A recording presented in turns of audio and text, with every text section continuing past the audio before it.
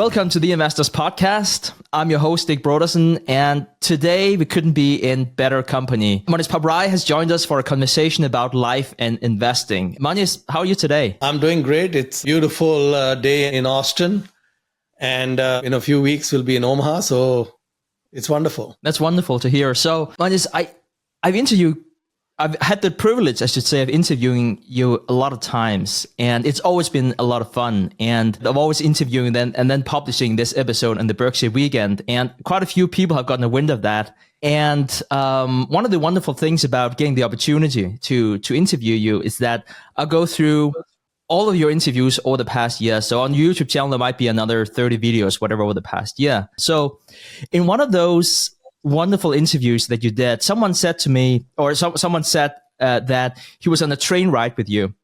And he said, like, he met you in Omaha, then for whatever reason, he sat next to you on a train ride, and it was completely confidential. So I wanted to use that premise and ask you some questions that are super selfish and just ask you something about life. And perhaps we get to speak about investing at some point in time, who knows? But I wanted to start out talking to you about life, and Amanya, so I'll get right to it here. The first question is that in 84, you sold a small stake in your business, TransTech, and it was like $1 million is after tax, and you turned that money into $13 million in 5 years or whatnot.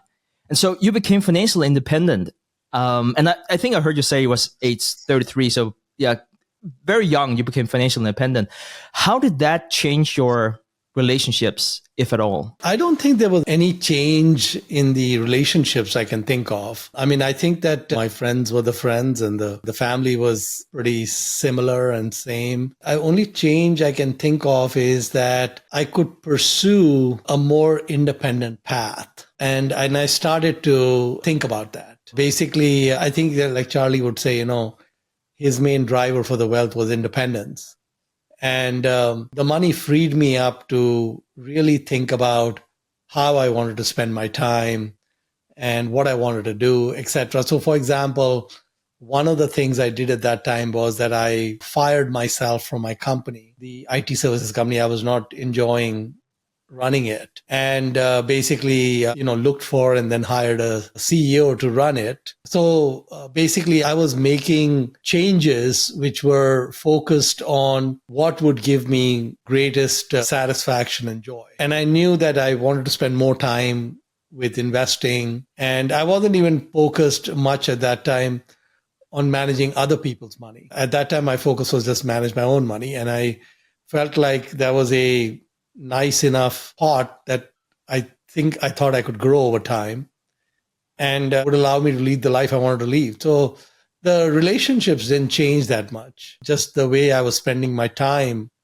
on a day-to-day basis went through a lot of change. Is it stressful for you by any means to invest other people's money? I should probably have made a full disclaimer that I'm in the privileged position of having invested with you, Manya. So I don't know if I should even ask you this question, but does it add stress to your life to manage money for other people? Because you are in a very privileged financial position now. And so you could also just invest your own money now and perhaps not have that stress. And so how do you think about that? I've actually never found it stressful. I mean, of course, there are times, like, for example, during the financial crisis, we were down 65, 67% from the peak. The index was down about 40%. So that was a big drop. We had about 600 million under management before the financial crisis, and it was down to 200 million.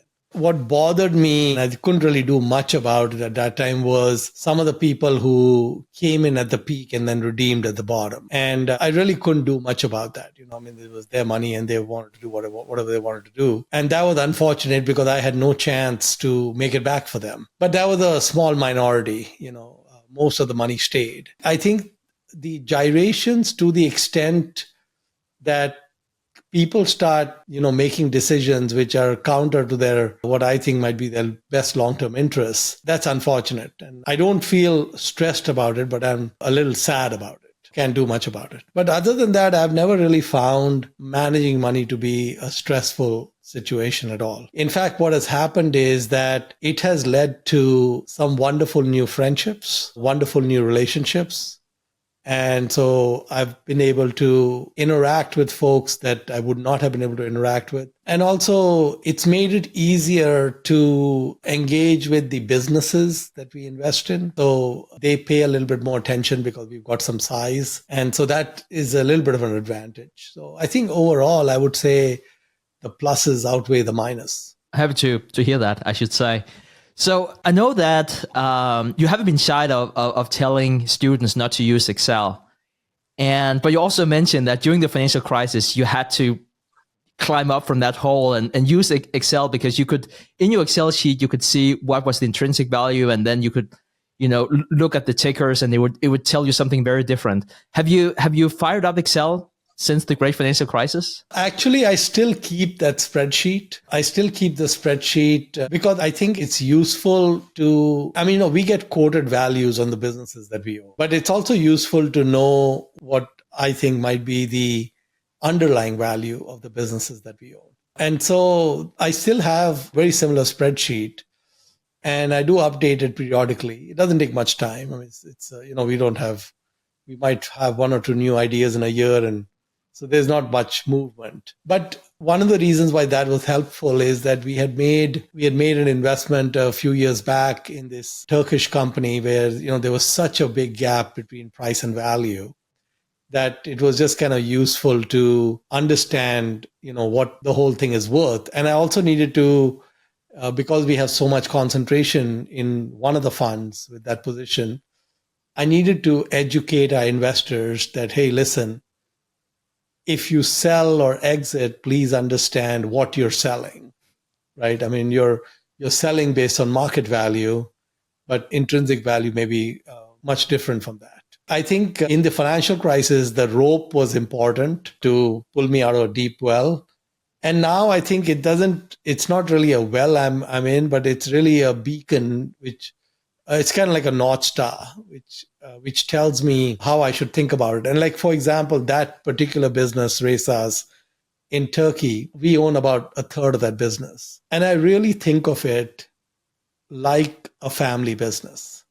So I'm not part of the family that founded that business. I'm not part of the family that runs that business. But I feel like I'm part of an extended family that has ownership of this business and asset. And I think of it almost like a private position, like we own a private business. And my goal with that business is to own it forever. So as long as the family that owns the business and runs the business, as long as they maintain their ownership and they are the managers running the business, we don't want to make any changes. So that mindset, I think, is important. And I try to use that mindset in some of our other positions as well. Because that's really the name of the game, is that once you have ownership or partial ownership of a truly wonderful business that you acquired at a wonderful price, you're done. Not much to do. Just watch paint dry. Go to Tokyo and have sushi, like you've been known to do. The good things in life. Mohnish, which period of your life have you been happiest, and why? I would say I've always been a happy guy in general. I've usually tried to set up my life in a manner that I'm professionally very satisfied. There have been periods in the past when I was professionally unhappy, and those were tough periods. I would say that the current period is as happy as I can remember any period being. It'd be hard for me to calibrate, but I can clearly think of 2 or 3 times in my past that were not great periods, where I was out of alignment and I wasn't in a good place. When I look back, and if I look back from the time I was 18, when I started college and so on, and I'm going to be 60 in a few months. In the 42 years, there's just been a few single-digit years, maybe 2 or 3 single-digit years that weren't great. But those were the periods where I made changes, where I was not happy with the situation, and I took the bull by the horn, and it transformed things. So I haven't had that type of a situation in several decades. So it's been great. That must be wonderful. And one letter that you refer quite a few times, that's Buffett's 2022 letters, where he talks about those 12 decisions that really improved his track record. So because we are at this concert and I don't want to play the greatest hits, I'm not going to ask about the best investments decisions. But aside from your decision to sell TransTech, which other decisions have made you the biggest improvement in terms of happiness? Yeah, that's a great question. I've only had one employer in my life. I only worked for one business, one company. It's a company in Chicago called Tell Labs. Basically, I had started with them in R&D and engineering. And after about 2.5 years, I was quite unhappy with the situation. We didn't really have great projects. I didn't have a great manager. So I was going through a lot of confidence issues. And I was a very young guy at that time. Really needed better mentors and better managers. And I made a change at that time where I moved from engineering to marketing. And that was a tremendous positive change. Really led to a very euphoric period, great professional satisfaction, wonderful. And then another period obviously was when I made the transition from TransTech. So there have only been like 2 or 3 of these periods in my life where I was hitting a low point, and the actions I took to get out of that low point led to new highs and led to great highs. And so one of the reasons why I think the happiness equation has worked as well as it has is because I'm always asking myself the question, are you happy? Are you content? Are you satisfied? What would you like to change? What would you like to do different? And for example, one of the changes I've made in the last few years is I try to kick the tires a lot more, the businesses that we own. So, I've been spending more time visiting the plants or the coal mines or the coal terminals or, the warehouses, different things related to the different businesses that we own. And I've really enjoyed that. First of all, it's helped me understand those businesses a lot better. But also I regret that I should have done more of that earlier. I was a lot more of an armchair investor earlier. That's a comfortable place to be. You can miss a lot when you're an armchair investor. And so basically, it really helps you understand business better when you're in the field and you're meeting the different people who are doing different things in the business and so on. So I think that's an area I'm trying to expand in my life. It leads to more travel and things, but there's a huge payoff as well, which is great. You mentioned the happiness equation just before, and I wanted to talk a bit more about that. So if I say that we have 2 mental models, so one is you figure out what makes you happy, and then you do more of that, and then you have the other mental model, which is you have some things that makes you unhappy, and then you invert. Which one would you choose, and do you have other mental models in terms of optimizing for happiness? Well, I don't think it's one or the other. I think you have to do both. One of the things a lot of humans do is they drift through life. So, you have a friend, he or she has some shortcomings. Sometimes loyalty overrides rationality, and that can have a negative effect. It's easy to be in a status quo, but I think to really kind of, first of all, grow as a person and to have a higher degree of happiness and higher degree of satisfaction, you have to take the bull by the horns. So you have to be deliberate in expanding the relationships that are very healthy, reach out to, grow them, and de-emphasize the ones which don't get you there, right? And so those types of actions, a lot of humans are not willing to take, right? Because loyalties get in the way or other things get in the way. So I'm always trying to do that. I'm trying to, like when I moved to Austin, I started meeting people at my home for Assam tea in the afternoon.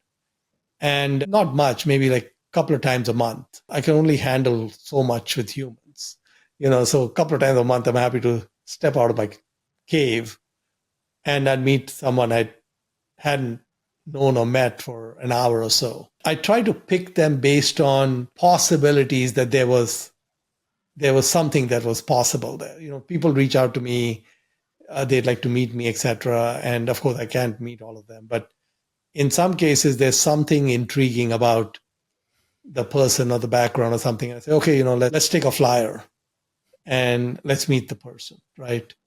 And most of the people I meet that way, they've been wonderful to meet most of them. It still doesn't result in anything. It's a one and done, right? Because they're just there. And of course, I already have so many relationships and friendships that there isn't that much room to keep, adding an infinite number. I'm much more happier with fewer relationships, but deeper relationships. My dad used to say that if you have one good wife and one good friend, there is nothing else you need in life, right? And so that's always the focus. But these afternoons of chai with Pabrai have been really wonderful, and they have led to some new wonderful friendships. It's just a small number. The ratio is small, right?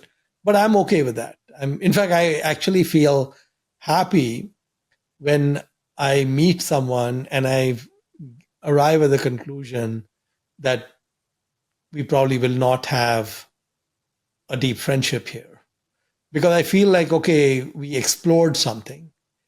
And that's good. It's good to explore and check one off the list and keep the exploring going. I think I heard you on an interview where you talked. Well, the rumors has it that the Assam tea are very good. That's what I'm told. If you find yourself in Austin, Stig, we will have Assam tea. I love that, and I am also worried because it leads me into the next question, not about the Assam tea, but I am a bit worried because you said on that interview that at that point in time, I think it was like 34-ish people who have come to your home, and you said one person, made the cut.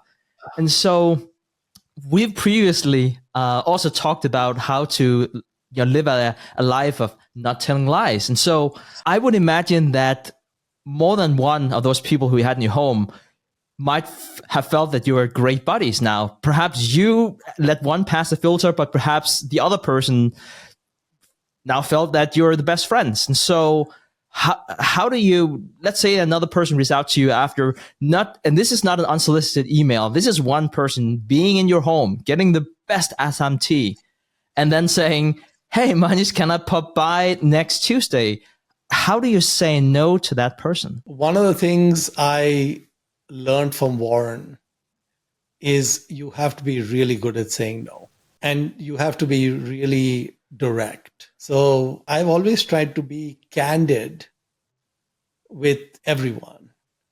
And, one person came recently, and nice person, but also part of it is that, so I should just caveat this, that I may or may not fully understand that person after one meeting. So I'm making a judgment call, right? And the judgment call I'm making is based on Buffett principles. And so when I had lunch with Warren, I told him, I said, Warren, Charlie and you are such fantastic judges of humans. Were you always a great judge of humans, or is this something that you picked up over the years? So he says to me, well, first of all, Charlie is a lot better than me, but I just want to correct you, Mohnish, that I am not a great judge of humans.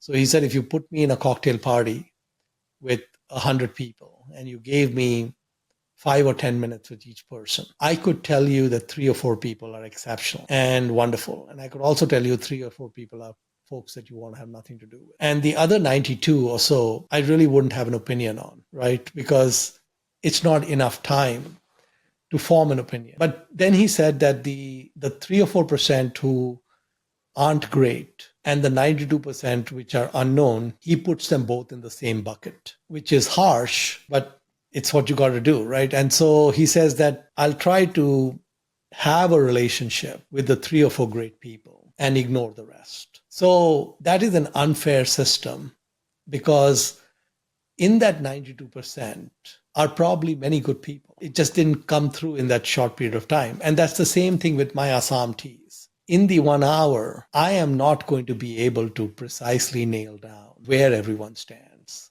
and what actually are the realities of, something that could be a great relationship or not. But just like in investing, there are no called strikes because there are an infinite number of humans on this planet. And because there are an infinite number of future assumptees, basically you can set a high bar. And there isn't much of a price you pay for not recognizing a great individual. But there is definitely a huge negative price to be paid for letting someone in that may not be the right person to let into the inner circle, if you will. So basically, it's an unfair system. It's a bad system, Stig, but it is the system that Warren uses. And who am I to try to improve on that system? And so basically what I look for is when I meet somebody, I reflect back after the tea. I say, okay, what do I think and what's going on? The most recent chai with Pabrai I had, that person asked me to come to his place. He lives very close to my home. And he said, I was happy with the Assam tea, but I'm really a fan of Darjeeling tea. And so he says, I make a great cup of Darjeeling tea. And would you come to my home so that we can have Darjeeling tea? And I like the guy, So it's not just one stick, it's more than one. I like the guy. And I said, yeah. So there will be a Darjeeling tea happening, even though I didn't tell him this, but, Darjeeling's not my favorite. And, but, it's okay. If the company is good, we can deal with mediocre tea. Can I go back and then ask, whenever you say that you are a harsh grader and whenever you say you want to be direct, of course you also want to be kind, but like, do you literally say, it was great meeting you, or don't you even say it wasn't great meeting you if it wasn't great meeting, and then just saying, well, I've enjoyed these meetings. I'm not lying when I'm telling them I've not enjoyed meeting these people because they go through a lot of filtering process before they show up. And I learn from everyone, so they're wonderful people. But, so I'm very direct with them. Like there was a person who came a few days back and they were interested in going to dinner with my girlfriend and his wife, right? The four of us together. Now that adds more layers of complexity. Yes. Okay. Because she's going to ask me a bunch of questions. Who, what, where, what are we doing here? What's going on, right? And to me, it was obvious. I didn't even ask her. It was obvious to me that's not going to be in the cards. And so I just told the person, I'm sorry, things are too busy. We can't do it. All the best. Wonderful. Well, thank you. And he had a very gracious response, so it was fine. Wonderful. I think what you find is that when you're direct with people, it's not like they are sad.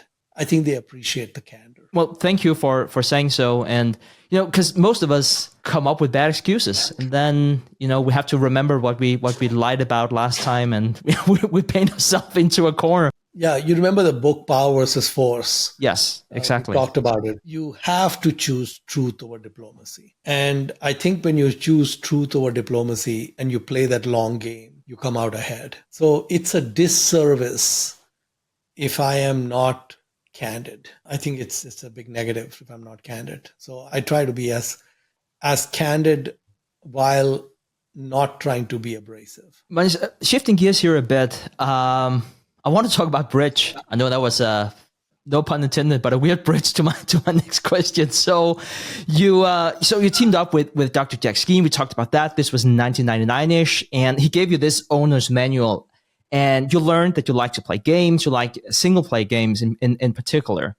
And so with that in mind, I've learned that you're also really into playing bridge. And I can't help but ask you, I don't know if this is an either or, but why are you so much into bridge and not a game like Hold'em poker? Yeah, I think, it's funny. Warren Buffett, he's a very good bridge player. He plays with a former world champion as his partner. A few years back, maybe it was a decade or more, maybe 2 decades ago, he was invited to some poker tournament. And he actually, studied up a bit, tried to understand how to play poker. Poker is a very different game. And he did very terribly in poker. And he went back to his bridge. He was done with I have played poker a few times, and I've never really gotten enough into the game to study it in depth. I mean, it's also a game of probabilities and things, and you would know what to do better if you had a lay of what cards are left and what's going on and all of that. But the thing is, poker has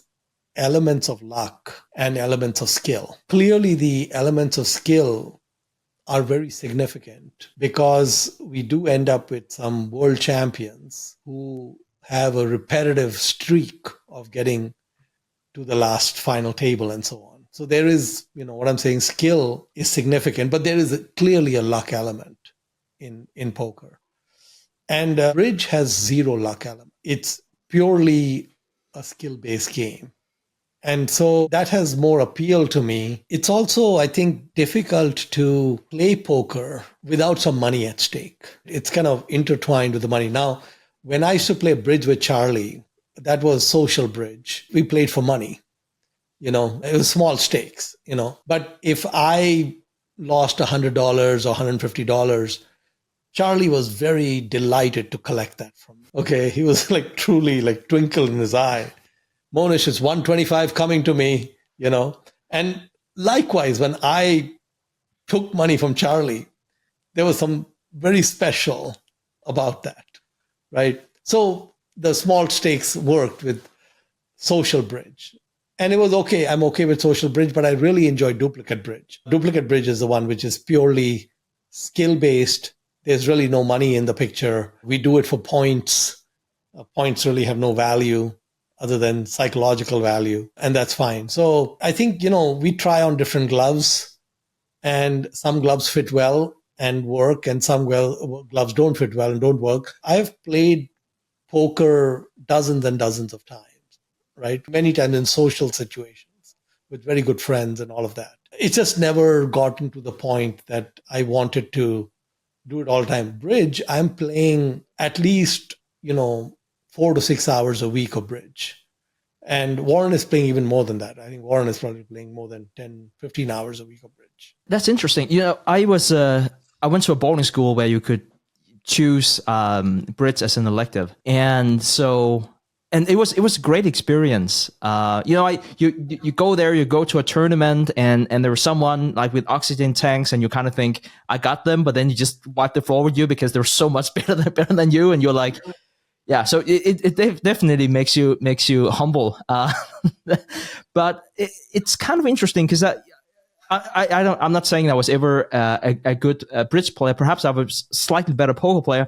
But I think in terms of investing, poker has been helpful because you really learn how to control your emotions and to lose money, which I would say you probably don't do to the same extent in bridge, or at least not the type of bridge that I've been playing. And so it was very interesting to hear your take on how you just saw the two games, and bridge was perhaps just more fun, and you didn't see it as a segue into investing by any means. So thank you for sharing, Mohnish. I think bridge is more directly tied to probabilities because there's no luck element. In investing also, there's really, luck may come into play in the sense that you may, accidentally end up with a great manager or something that you didn't understand at the outset. But, the probabilities dominate, right? We try to ascribe probabilities to different things. So it kind of works okay. I'm going to take the liberty here and define a principle as something that's timeless and something that's similar across all cultures. If we use that definition, which principles do you live by, and why do you live by those principles? Well, I think that there are some principles that are very front and center, right? And a lot of these become intertwined with mental models. So for example, like we talked about power versus force, and the importance of truth, and the importance of candor, right? So I think that becomes a very core principle. I think integrity, honesty, trust, basically, again, these are attributes that will make the world your oyster. So it's a huge advantage to be trustable. And being trustable is a long game. It's an infinite game. It doesn't happen overnight. And you have to be willing to play that long game to build the trust. we had a high school intern at Pabrai Funds who would help us with, the mailings and different things, sending books to Stig and so on. And what my assistant told me is that he would say, I'm going to be there on Tuesday at 3 o'clock, to work on stuff. And then he would not show up, right? Or he'd say, I'm coming Wednesday at this time, wouldn't show up. Now, she said, when he does show up, his performance is exceptional. When he says he's going to show up, it's a 60% probability that he's actually going to show up. So I told her, I never talked to him, but I told her, look, Munger says that one of the most important traits is reliability. And I said that unfortunately, this young person doesn't recognize how important it is to be reliable. He can easily tell us, I'm not available this week. We'd be fine with it. But why lead someone on, right? And Charlie says that one of the best educational institutes on the planet is McDonald's, because McDonald's hires very young people. And one of the most important traits they learn at McDonald's is reliability. Now, they're not like us in the sense that you tell your boss at McDonald's you're going to show up at 3 p.m. and you don't show up. By the second or third time you do that, you don't have a job. Even the second time you do that, you won't have a job, right? Reliability is extremely important for McDonald's because they will not be able to service their customers otherwise. And so the young people who work there get that work ethic, which is great. And I think that's why Charlie thinks that they do such a great job. So I think that these are, for the most part, the principles that carry the most weight are the most basic principles. Trust, reliability, integrity, honesty, truthfulness, hard work, diligence, fairness. People like to be treated fairly. If there are people working for you, they really want to see that things are fair. And so these are just basic principles that you have to live by. If you don't do those, then in the end, you'll be the loser. So why do so few people live by those seemingly simple, but perhaps not easy rules? Because the payoffs don't come immediately. So trust is something that pays off after decades, right? Just think about Warren and Charlie. How old were they when the world started to trust them? I mean, even outside the US, he wasn't very well known. Buffett wasn't very well known till maybe 15 years ago or 20 years ago. And so it's a lifetime of doing something that eventually leads to that type of an outcome. And so a lot of people are looking for shortcuts, right? They don't want to play the long game. I mean, a used car dealer is just focused on, let me take this sucker for the maximum I can. And who cares about the next one? He's not going to buy another car for so many years, and he might never ever show up here again, right? So it's a very transactional one-off relationship. But over time, you end up with the shallows in life. And people cannot see that because, like I said, you have to connect the dots. And this type of reliability and trustworthiness really gets built over a long period of time. It's not overnight. You don't actually get to see the results of that relatively quickly. That's why people don't do it, because they want to see X equals Y. If I do X, then Y happens. But here there is no XY relationship that's visible until a long time later. And that's why some companies that should be buying back shares are not doing it. But that's sort of like a different discussion, I guess. And like I said, even the best companies, they play the long game, right? I mean, we are seeing right now, for example, at Boeing, a situation where Boeing used to be an engineer-led company. And after they merged with McDonnell Douglas, the bean counters took over. And the bean counters focused on, hey, can we increase earnings 10, 15% a year? And they must be fat we can cut. And so, for example, if you look at something like the 737 aircraft, which is their workhorse, basically there was a demand for 737s with more capacity. And really, quite frankly, that airplane with that fuselage cannot grow infinitely, because also to have more capacity, you need bigger engines. What they did, they put these massive engines on the old 737 fuselage. If you really look at the MAX, the engines are huge. And then they extended the fuselage. And so they basically told the engineering groups that, yes, we know you are telling us that we should go to square one and design a new airplane. But that's like, 8 years, 10 years, and, several $billions. Can we just modify this? Right. And so they forced the modifications. And then we had the two crashes. And then we had, the thing. The plane is still a kludge. What I'm saying, the max is a bean counter. That's what happens when you have bean counters running engineering. Okay. So, they started not playing the long game. They played the short game. And now there's a come to Jesus at Boeing. And it's terrible because, quite frankly, we only have two aircraft manufacturers in the world. And we need Boeing. We need Boeing to be a high quality, great engineer driven company, which builds great airplanes and plays the long game. People are very willing to let Boeing make a lot of money. No problem. But please play the long game.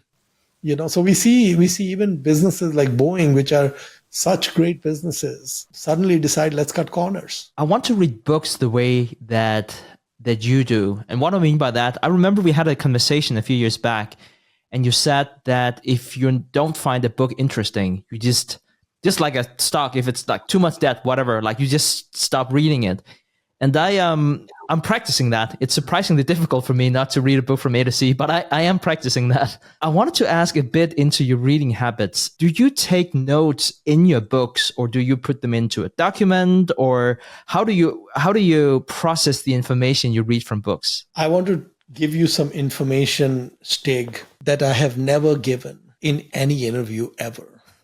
I'm intrigued. So basically, since I was in kindergarten, all the way to finishing my undergrad and even, taking grad classes and so on, I never, ever took notes. In any classroom, when professor or teacher was teaching, everyone around me is taking notes. I'm just focused on listening to the person or watching what's going on. I never, ever took notes. And what I would do is, okay, when there's a test that's going to happen or whatever, I'd go to the textbook and see, okay, we're going to have chapter 3 and chapter 6 on the test. I'd read up on those and, we'd get ready for the test, right? Sometimes what would happen is the professor's not teaching from the book at all. And I'm saying, oh, what he talked about, I'm like screwed. Okay, I have no notes. And now there's a test. And I'm like kind of scrambling, trying to figure out, I call my friends, whatever, and say, hey, what are we supposed to prepare here? And what are we supposed to read here? And whatever. But I never changed that habit. Somehow that habit has stayed with me. And I graduated near the top of my class in my undergrad, and I did well. So I made it to 60 years in life without taking notes. And even when I'm reading books, I mean, if I didn't take notes in class, I'm not going to take notes when I'm reading a book. It's not going to happen, Stick. So I've never taken any notes anywhere. And I want to also touch on two different data points that you brought up. So Bill Gates has a situation which is like Stig. If he starts a book, he has to finish it. Has to. He's obsessive compulsive. Okay. Charlie is not like that, or was not like that at all. And I remember I was talking to Tracy Britt, and Tracy said that, Warren studied Lehman Brothers during the crisis. I think he was looking at whether he should make an investment there or not, etc.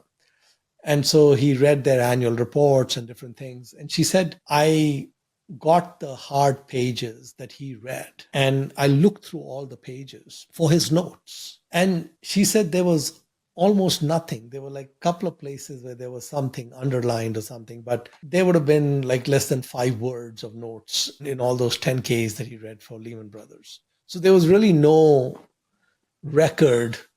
She said, I was trying to figure out how he's thinking about it, right? And basically there was no record. Whatever he was thinking was in his head, and nothing was really kind of put down on paper. And I think one time Berkshire did some acquisition and SEC was questioning. There was some insider stuff. They were questioning some stuff. So they sent Berkshire a request saying, we want to see all the staff notes for this acquisition. And Munger sent them a response which said, dear sir, there are no staff, there is no staff, and there are no notes. Warm regards. Okay. And that was the end of that. That's fantastic. Yeah. So basically, I think I'm sorry to disappoint you, but I'm not a note taker. Interesting. Well, thank you for sharing. It was insightful. So on this train ride that we are on together here, I am still going to ask you a bit investing related, but they're going to be a little bit different than perhaps what you're used to.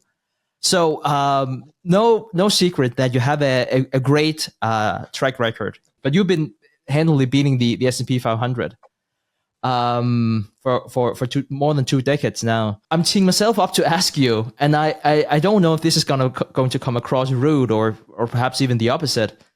If you started Pabrai Funds over 1,000 times, do you think your current track record would be better or worse than what it is now if we subtract good and bad luck? And please feel free to challenge that premise and say that it's already been evened out, good and bad luck for now. Well, so first of all, I should just preface and say that I started investing in the 94, 95 timeframe. From then till about 2018, look at any period, looking back till 2018, 1 year, 5 years, 10 years, life, whatever, I beat the S&P in all the different funds I managed. We are behind the S&P from 2018 till now in most of the funds, but we've also turned a corner. I think from 2020 onwards, we are again beating the S&P. So we have to go a little bit longer period, few more years, and then I think we'll again be back to beating it over all periods. It's a difficult question to answer. I mean, when you run simulations, because also what has happened over the years is that I've learned a few things along the way, right? And I've changed some approaches along the way. And so I really don't know what the answer would be. I would think that in most of those scenarios, we should do well. We should end up with a decent record. But it's hard to say, I think until we actually, because, at the end of the day, it's the individual names and it's a sliver of those names that lead to the outcomes. Yeah. And that's why I can't help but ask that question. In a game like poker, if you play enough hands, so hundreds of thousands of hands, you can sort of like take away. Yeah, the luck element goes away. The luck element goes away. But then if I look at as an investor, I get the letters from you, and I can see different track records for the 3 funds that you have, and they were more or less started at the same time, not exactly, but roughly, and the results are quite different, and you were presumably as good an investor whenever you invest for those 3 funds. And for whatever reason, for example, Ray says is a bigger position in one of your funds than the other funds, which I'm personally very, very happy about. But so you do get different results, which is why I wanted to ask you about what if we ran it 1,000 times? And I don't even know how to ask that question the best possible way, because whenever you said you saw the .com bubble, but that was also because you had made some investments, some private investments. So you sort of saw what was coming. And I'm like, is that bad luck or is that good luck that you actually knew that going into it? Can we even put that into a simulation? Can we even do the same time period? How do you think about luck whenever it comes to your own track record? Well, it was a huge advantage for Pabrai Funds that I had a front row seat on.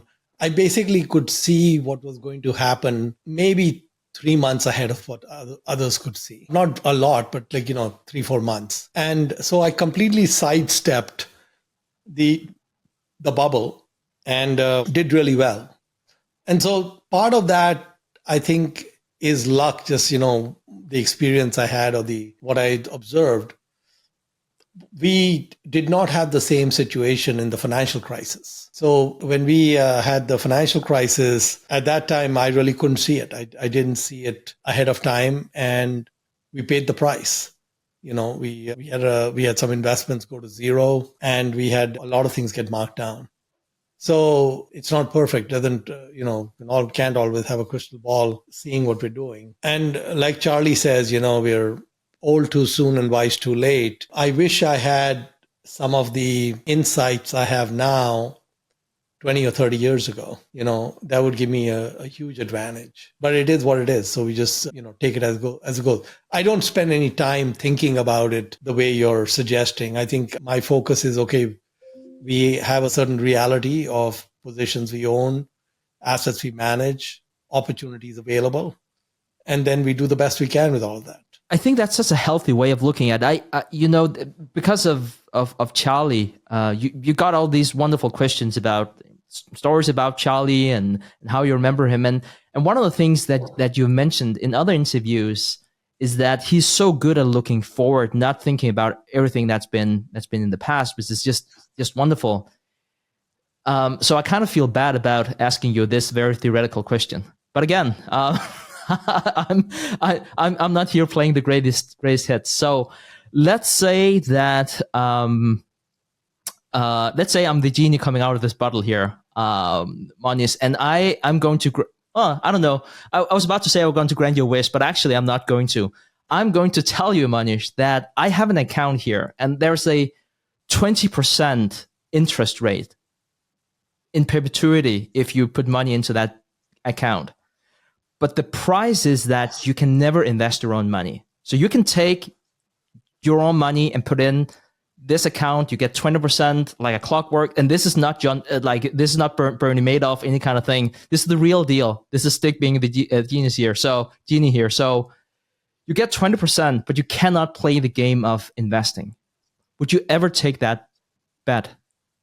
Or not even bet, I would say. Would you ever do that knowing that you don't need the money from that 20% compounding, but you perhaps love to play the game? Yeah, actually, that's a great question. I do very much enjoy the game, but that would be a very tempting offer. I'd have to think about it. In the sense that, basically, it's all or none, right? You're suggesting it's all or none. Yes. Right?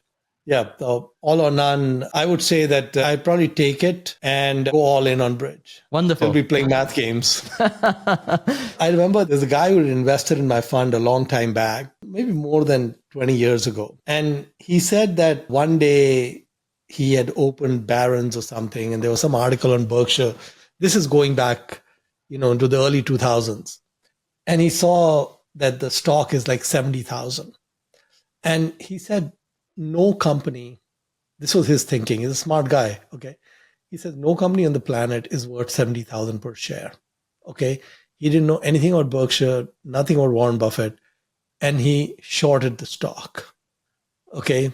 Much to his detriment, okay? He met me a few years after getting burnt on that short. And then he actually said to me, he said, in the early 80s, he said, I had noticed that the US treasuries were playing 18%, close to what you said, okay? You could have bought 30-year US treasuries, 1980 or 1981, and for 30 years, the US government would pay you 18% a year on that bet, okay? And he said to me, Mohnish, not only did I short Berkshire, but I didn't take that bet. Okay, that 18% bet. Now, most people didn't take that bet, okay? And then he said to me, I just want God to give me one more chance. He said to me, give me one more chance of 18% US treasuries, and I will put everything in. I promise God I'll put everything in and I'll never invest in anything again. So exactly what you were saying is what this guy was saying to me, which would have been smart for him to do. And that would have been one hell of an investment, from 1980 to 2010 to get 18% compounded, it would have been unbelievable with no volatility. What a story. Mohnish, I wanted to preface this question by saying, I wanted to ask you about giving away money without talking about Dakshana, which I don't know if it's even a fair premise. If we're good at accumulating capital, we should probably be accumulating capital instead of spending too much time giving it away. Giving away money is very, very difficult. I mean, it's very difficult because you don't have that positive feedback loop in terms of figuring out if it's right or wrong. And I should make all kinds of disclaimers that you probably figured it out with Dakshana. So this is like a weird question, probably. I'm going to ask it anyway. So assuming that you're better at accumulating money than giving money away, and you want to help society, but you take so much more joy in giving money away than accumulating more capital whenever you are financial independent, whatever you want to call it. How would you think about how to allocate your time? I actually did not want to spend time giving money away. I knew that I didn't believe in large inheritances. And if you don't believe in large inheritances, then you're going to end up with a lot of money. Then you only have one choice, which is to give it away. There's nothing else you can do. So my focus in 2006, 2007, when I was trying to figure this out, was to find a nonprofit that I could just write checks to. I didn't actually want to do the work. It's very painful to do the work. The first few years at Dakshana took an incredible amount of time and effort to get it off the ground. There were a lot of challenges in the early days. So I was forced to do it because the model I wanted to follow, the guy who had that model didn't want to scale. So I said, okay, then we just clone it because we have no other choice. Today, I actually know of one or two nonprofits that do a really good job. And so if I were facing that situation today, I would look to them, assuming they could absorb the amounts I was looking at, then I think that would be great. So my natural inclination was to not be building a Dakshana or anything like that. Now, in hindsight, what has happened is Dakshana blew away the most optimistic goals I had for it by quite a distance. It just really, the ball got hit way out of the park. And I never expected that. I actually expected to fail at doing something in India when I'm not there, etc. So Dakshana has enriched my life in a way that I really could not have forecast. It was definitely in 2007 when I was starting it, none of these things were on the radar. None of these things were even possibilities. It went beyond those possibilities. It's such an outlier. And so now when I look back, I say, wow, Mohnish, you are really lucky because you actually ended up with something like Dakshana. And the people I met as a result, the scholars who become such good friends, and all of this stuff that's happening. And I know that the real miracles at Dakshana will come about in the next few decades. And I'm hoping that I have a nice long life because there's so much joy in all of those stories and miracles that are happening every day. So it's been really, you can just say that, my middle name is Forrest Gump. Okay.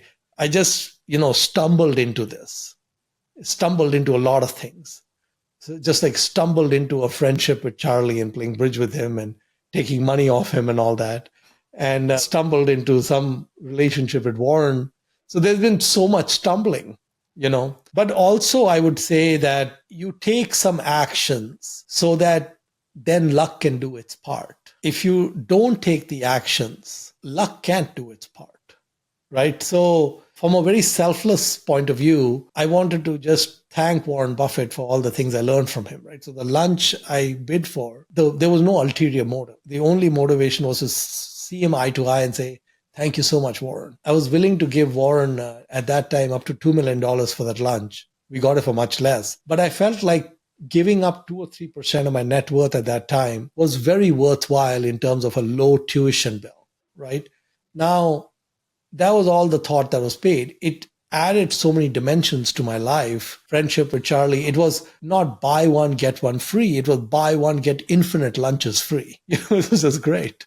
So I think what I've learned is I think the universe, if you are a good person, working hard, putting yourself in the right place, doing the right actions, the universe conspires to help you in very magical ways. I truly believe that. And I think as long as you are playing the long game, playing the infinite game, and trying to do the right thing, things have a way of working out in a wonderful way. So I wanted to tie a few things together here on that note, Mohnish. So in chapter 6 of William Green's wonderful book, Richer, Wiser, Happier, I should mention chapter 1 might be even better because that's with with you, Mohnish. Chapter 6, that's with Nick and Zach, and they talk about this thing about handing someone a loaded gun, and then you can only treat the other person really, really well. And I found that to be such a wonderful framework, and so I start gifting William's book away to different people. And Grant has this wonderful framework of givers, takers, and matchers, which a lot of our listeners might be familiar with. And I heard you talk about Dakshana and the idea behind you're not going to tell anyone like give 10% or 5% of whatever you make by getting help from Dakshana in terms of paying back to the school and help others. You say give, and if you're a giver, beautiful things can come back to you. And so I've been trying in a very small scale to set up a Dakshana foundation. And whenever I do, I come up with these beautiful principles, and I read your annual letters from Dakshana, and it all sounds good. And people basically tell me it's a very bad way of running any kind of nonprofit. And so how would you give a rebuttal to that? Because it clearly it worked for you, Mohnish. I would say that, like Charlie said, and we talked about McDonald's and reliability. I think that if you want to get ahead in life, do well in life, and have a disproportional advantage in life, you want to be a giver. You want to be reliable. And being a giver doesn't require you to be wealthy. We have so many poor scholars and students at Dakshana who give their time to us. They volunteer for us. They don't have anything else to give but their time. And they're very excited to give their time. So what I'm saying is you don't need to be wealthy to be a giver. Okay, you can give within your means. It doesn't need to be anything related to money, right? The other traits, reliability, truthfulness, integrity, high empathy, caring for people, etc. Play the long game. And in the end, the universe will conspire to help you in a manner that will blow you away. So the skeptics, I just think the skeptics don't know the way the world works. And you can see so many examples in history. It would be difficult to come up with examples of people who were very reliable, who were very honest, who were very hardworking, who had very high integrity and did terribly in life. That'd be very difficult to come up with examples of people like that. As we're nearing the end of our train ride here together, Mohnish, what a wonderful way of ending a train ride. Anything you want to add here before we round off the interview? Some of my best memories in childhood were train rides in India. And William Green and I had two wonderful train rides when he was in India with me. He was drinking from a fire hydrant. There were so many things going on. It was like, full technicolor going on. So I would just say that if you get a chance to visit India, anyone listening to the video, if you get a chance to visit India, try to take an overnight train journey. And I think you will love that experience. The Indian government has set up a number of trains, the Rajdhani Express, the Durontos, and these go all over the country. And you can catch a train at 7 or 8 o'clock at night, and it pulls into your destination at 10 or 11 o'clock in the morning. So you don't really lose much, and you got a free hotel stay for the night. I think that's a wonderful experience to broaden your horizons. Fantastic. Mohnish, thank you so much for your time. It was a pleasure speaking with you, as it always is, and thank you for playing along in this probably very different interview. So thank you so much for your time. It was my pleasure, Stig, and I look forward to seeing the edited version. All right, fantastic. Thank you. Bye. Bye.